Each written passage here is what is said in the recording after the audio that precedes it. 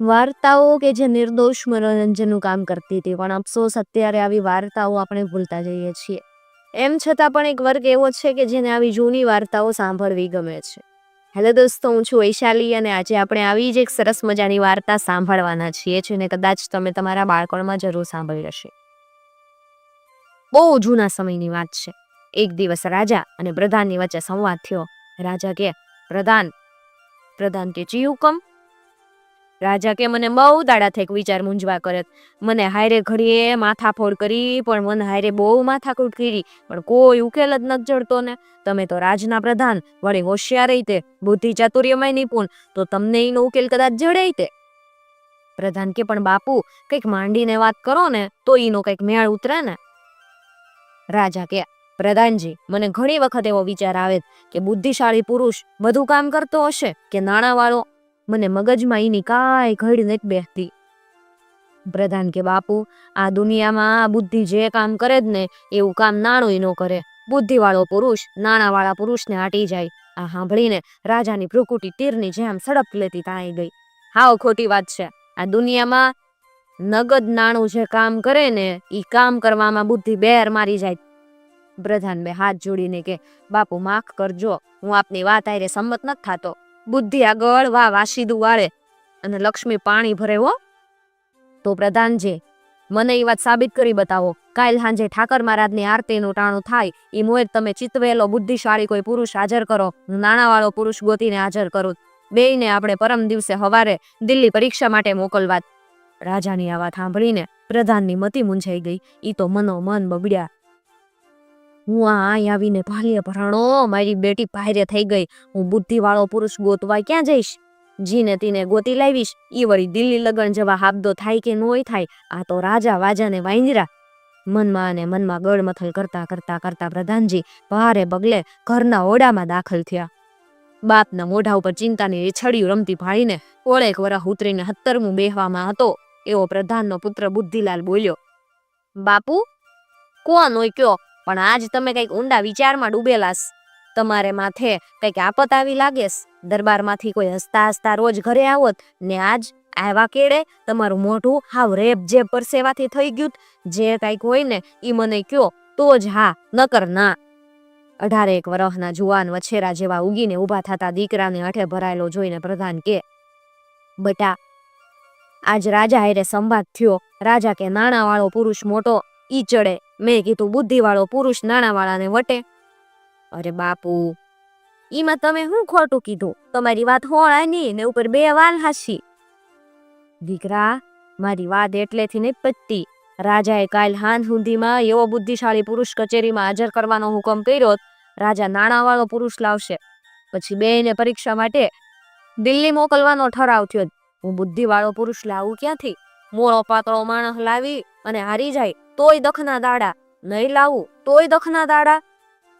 મારે તો આગળ કૂવોને વાહે વાઘ પડ્યો એવી હાલત થઈ જ બટા. અરે બાપુ, એમાં મતીને મૂંઝવે કાંઈ ન હાલે. રાજા આગળ હું હાજર થઈશ?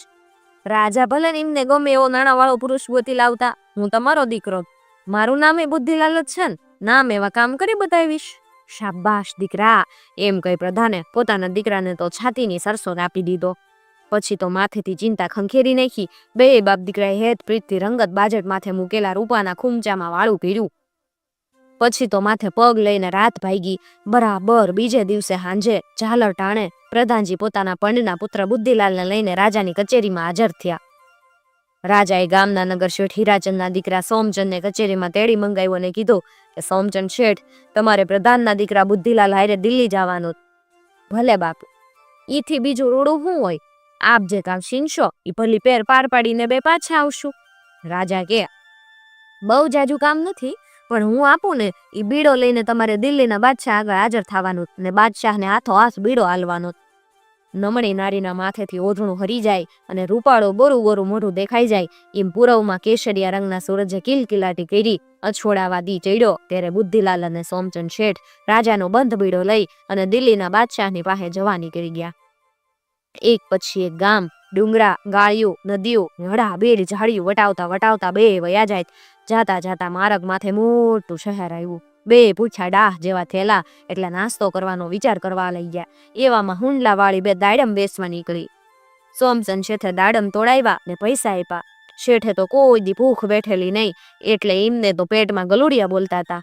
સોમચંદે તો સડપ દેતું દાડમ ભાંગ્યું. તે તો બુદ્ધિલાલે એનો હાથ ઝાલીને રોક્યો ને પૂછ્યું, શેઠ આ દાડમમાં કેટલા દાણા હશે? તો સાંભળીને સોમચંદ શેઠ કે, ભૈરા નાયરની ભાઈ આપણને શું ખબર પડે, અને તમને પડતી હોય તો તું કે ને, તને પડતી હોય તો સાચું પડે તો મોઢે માંગ્યું ઇનામ આલું. ત્યારે ચકમકમાંથી તીખારા ઝરતા હોય એમ બુદ્ધિલાલે ખડ ખડ ખડ હસીને કીધું, દાડમ ભાંગીને ગણી લ્યો, એની માલિકોએ બરોબર 878 દાણા, એમાં એક વધે નહીં, એક દાણો ઘટે નહીં. સોમચંદ શેઠે હર્ષમાં આવીને કીધું, તારી વાત સાચી પડે તો 1000 રૂપિયા આલું. પછી સોમચંદે પંડે દાડમ તોડી અને દાણા ગણી જોયા. અદલો અદલ 878 દાણા નીકળ્યા.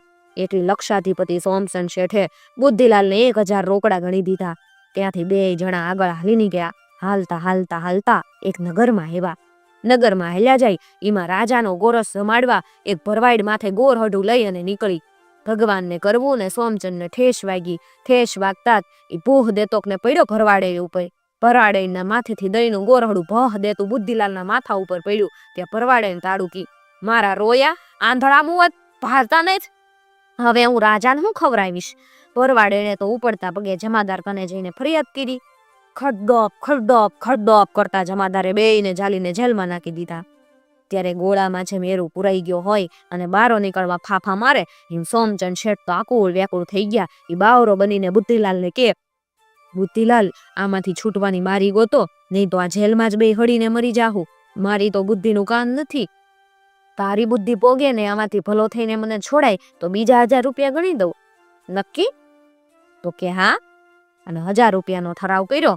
એટલે તો પછી બુદ્ધિલાલે જેલ આગળ ચોકી કરતા પોલીસને અડતો બકોરીને કીધું, હે જમાદાર સાહેબ, અમને તમારો રાજા ફાંસીએ ચડાવે તોય ભલે ને સોળીએ ચડાવે તોય ભલે, અમારે એમની આગળ કેટલીક રૂબરૂમાં વાત કરવી, કંઈક હરુભરું વાત કરવી તો અમને એમની પાસે લઈ જાવ ને. બીજા દિવસે તો રાજાની રજાથી જમાદારે આ બેને કચેરીમાં હાજર કર્યા. તેને બુદ્ધિલાલે બે હાથ જોડીને રાજાને કીધું, બાપુ, ભરવાડેને આપને ગોરહ જમાડવા માથે ગોરહટું લઈને આવતી હતી, એ અમે જાણીને ફોડી નાખ્યું હતું. એ વાત પહેલા કીધી હોત તો આપને ગળે ન ઉતરત. એની વાહે જબરું કારણ હતું. એ ભરવાડેને માથે ગોરહટું લઈને જે બી બજારે નીકળીને એવું એક સમળું મોઢામાં મરેલો એરું લઈને ઉડતું જતું હતું. એના મોઢામાંથી લાળ ટપકતી હતી અને એ ઝેરી લાળા ગોરહટામાં પડી. એટલે મને થયું કે રાજા આ ગોરહડામાંથી ખાહે ને તો થાવાનું થઈ રહે. એટલે અમે વિચાર કર્યો કે અમારું જે થાવું હોય ને એ થાય, પણ આ રાજાનું જીવ તો બચાવો જ તે. એટલે એમ બે બહુ ઊંડા વિચાર કરી અને પછી એમ ગોરહટું ખોડી નાખ્યું. એની વાહે આ મરમ હતો. એનો ખુલાસો થાય એ મોર તો આપના જમાદાર સાહેબે અમને ઝાલીને સીધા જેલમાં પૂરી દીધા. એ ઉપરથી મારી મારીને હાડકા પાહા ખોખરા કરી નાખ્યા. તો નફામાં. આ સાંભળીને રાજા બહુ રાજી થયો. બેયને છોડી મૂક્યા. સારું એવું ઇનામ આપ્યું. બુદ્ધિલાલે સોમચંદ શેઠ પાસેથી 1000 રૂપિયા પાછા ગણી લીધા અને પછી તો બે ત્યાંથી હાલી નીકળ્યા. હાલતા હાલતા હાલતા બરોબર 3 મહિને એ દિલ્હી પહોંચ્યા. આયા તો દિલ્હીનો દરબાર હડકે ઠઠ જામ્યો. કોને મઢેલા સિંહાસન ઉપર બાદશાહ બિરાજમાન થયા. હરતા અમીર ઉમરાઓ બેઠા બેઠા રાજકાજની ને વિનોદ ચાતુરીની વાતો કરત. ત્યાં આવીને આ બે જણા બાદશાહને કુર્નિસ બજાવીને ઉભા રહ્યા. બાદશાહે આવનારોને આવવાનું કારણ પૂછ્યું. એના જવાબમાં સોમચંદ શેઠે બાદશાહની આગળ બીડો મૂક્યો. હાથમાં ખોખા આપો અને જેમ અંબાજીના વાંદરા લઈ લે એમ સડપ દેતા બાદશાહે બીડો હાથમાં લીધો ને ચપ્પ દેતો ઉઘાડ્યો. ત્યાં તો બે એક કોઈ ઉભા. બાદશાહે ચકળ વકળ આંખ્યું કરી અને બીડો વાંચ્યો. એમાં લખ્યું હતું, આવનાર બે માણસને ગરદન મારશો. બીડો વાંચીને બાદશાહ બોલ્યા, છે કોઈ હાજર? એક કહેતા તો 21. જાઓ આ બેને ઊંડા કોતરૂમાં લઈ જાય અને ગરદન મારો. આ સાંભળતા સોમચંદ શેઠનું તો પોતિયું ઢીલું થઈ ગયું. સિપાહીઓ તો બેને હાથ બાંધીને ઊંડા કોતરૂમાં લઈ ગયા. ત્યારે બુદ્ધિલાલ બોલ્યો, કા શેઠ, આ તો પાલ્ય ભરાઈ ગયા, હવે શું કરશું? સોમચંદ શેઠની આંખોમાં આહુના તોરણ ટીંગાઈ ગયા. ગળગળા સાધી કે, બુદ્ધિલાલ, હવે તો તું જ બચાઈને તો જ બચવાનું, નહીં તો મોતના ખબર આપણા ઘર સુધી નહીં પૂગે. બાયડિયું બાપડિયું વાટડિયું જોઈ જોઈને વિરહમાં જુરી મળશે. શેઠ, હું આમાંથી તમને ઉગારું તો તમે મન શું આલશો? બુદ્ધિલાલે કીધું, શું આલશો? તું માયગી મેળી મહેલને માર્યા, હોનું ચાંદી જરને ઝવેરાત તું રાજી થઈને માગજે, તું માગતા માગતા થાકજે. બુદ્ધિલાલ બોલ્યો, શેઠ, આમાંથી ઉગાડું તો 5,000 રૂપિયા આલશો? તારા 5 પણ મારા 10,000. હવે વાર કર્યા વગર આમાંથી ઝટ ઉગાડ. ત્યારે બુદ્ધિલાલે બુદ્ધિ લડાવી. એક પાસે જઈને કે, ઈને રેવા જો, પેલા મને મારો એટલે તમને ખબર પડે ને, કે તમારા રાજાને ખબર પડે. મારનાર કે, ભાઈ તું મરવા હાટું થઈને આટલો બધો અથરો ક્યાં થાત? હું મરવા અથરો થાવ એ બરોબર જ છે, પણ એનું કઈ કારણ તો હશે ને. મારું મરણ એનું કારણ કહેશે. સાંભળીને મારનાર હાથે ચડ્યો. હવે તો કારણ કે તો જ હા. ત્યારે બુદ્ધિલાલ કે, તમારે કારણ જ જાણવું હોય તો સાંભળી લ્યો. આ અમારો જન્મ છો ને ત્યાં હાથ દુકાળ પડ્યા. એ જ્યોતિષકારે એવું જોયું કે આ અભાગ્યા જ્યાં મરશે ને ત્યાં 14 દુકાળ પડશે. હવે અમારા રાજાને માઇન્ડ કળ વળી ત્યાં તમારા બાદશાહ બહુ ચડ્યા. એમને હેઠા બેહારવા અમારા રાજાએ એમને મારવા માટે અહીંયા બીડો લઈને મોકલ્યા. મારનારે તો સડપ દેતા જઈને બાદશાહને બધી વાત કરી. બાદશાહ સાહેબ આ તો આવું એટલે બાદશાહ બેયને પાછા બોલાવી લે અને હાથે બોલાવ્યા મોકલીને કે, આ બેયને આપણે રાજની હદ વટાવીને મૂકી આવો. વાટમાં એ હાથે કરીને મરે તો એને ન મારવા દેતા. અને એ અભાગ્ય આપણા રાજમાં વરસે ને તો 14 દુકાળ પડશે. 14 વર્ષ મેં નહીં વરહે અને આપણે રૈયતને ખોરાક ક્યાંથી પૂરો પાડશું એટલો બધો? સિપાહીઓએ સોમચંદ અને બુદ્ધિલાલને દિલ્હીની સરહદ વટાવી દીધા. ફરતા ફરતા ફરતા 2-3 મહિને દેશમાં પાછા આવ્યા. અહીં તો રાજાને પ્રધાન બેઠા. પ્રધાનના હૈયે તો ચિંતાનું કબૂતર ફફડી રહ્યું. ત્યાં તો આ બે કચેરીમાં દાખલ થયા. બેયને પાછા આવેલા જોઈને રાજાને પ્રધાન બે ખુશ થઈ ગયા. બે સવિસ્તાર બધી વાત માંડીને હકીકત કીધી. ત્યારે રાજાએ કીધું, પ્રધાનજી તમારી વાત સાચી હો. આ પૈસાવાળા કરતા બુદ્ધિવાળો આદમી વધુ કામ કરે. આપના દીકરા બુદ્ધિલાલે સાબિત કરી દીધું. બુદ્ધિલાલને 500 સોના મહોરનું ઇનામ આપો. બુદ્ધિલાલ બુદ્ધિને ચતુરાઈથી સોના મહોર અને શરતમાં જીતેલા રૂપિયા લઈને ઘરે આવ્યો.